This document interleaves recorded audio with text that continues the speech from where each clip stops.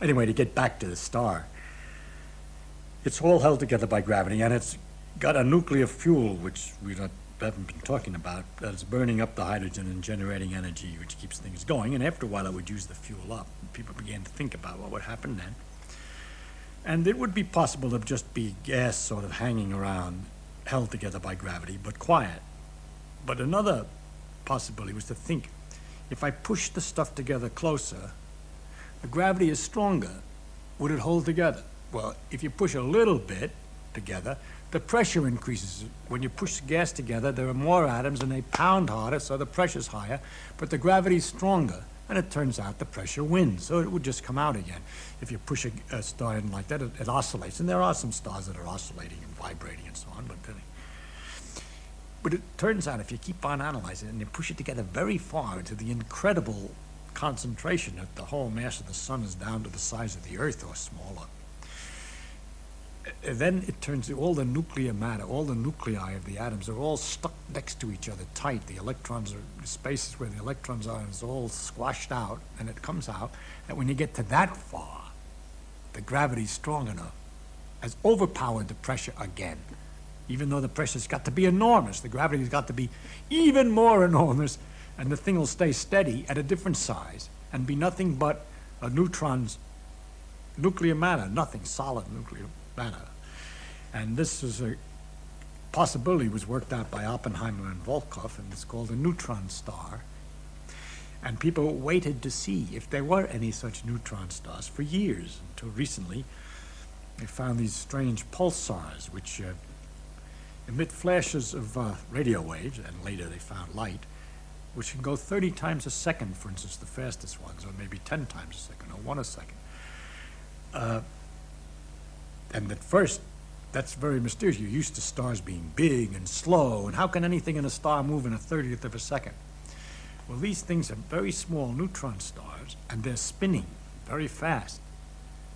And there's some, for reasons not yet understood, they're emitting a beam of radio waves, like a searchlight in an airport or something. Those things that go around, boop, boop, boop, so we get the flashes, tick, tick, tick, tick, tick, tick, tick, tick, tick, that fast. To imagine a star the mass of the sun doing something, turning so fast as 30 times a second is another one of these big number, hard to conceive imaginary things, okay? And the whole idea that there could be a star of such enormous density that a teaspoon would weigh so much that of the matter that if you put it down on the Earth's surface, it's so heavy it'll just plow right through to the center of the Earth, and things like that. It took a lot of imagination. It comes out of the mathematics and the analysis and all this that helps you to make sure you're not making a mistake. And it turns out that such a star was possible, and it turned out later, in fact, they do exist. And that's a good example of how imagination is a useful thing and produces a guessing ahead of time and how we make advances by using it. And besides just the very difficult thing of imagining all the things that might be up there to explain the things we see.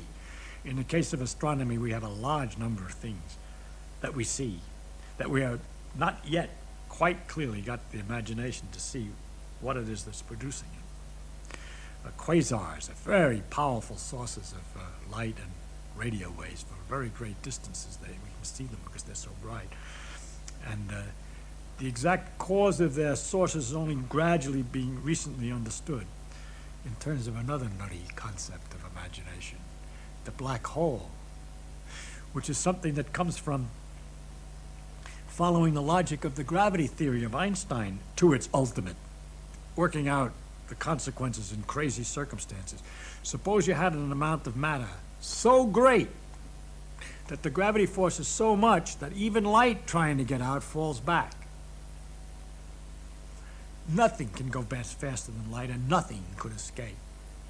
You couldn't see it. How would you get there? If you had a lot of matter to start with, it could fall together and get into this condition that no longer could the light come out. And so you would have this thing which would continue to attract things to it. Things would go in and nothing would come out. That's called a black hole.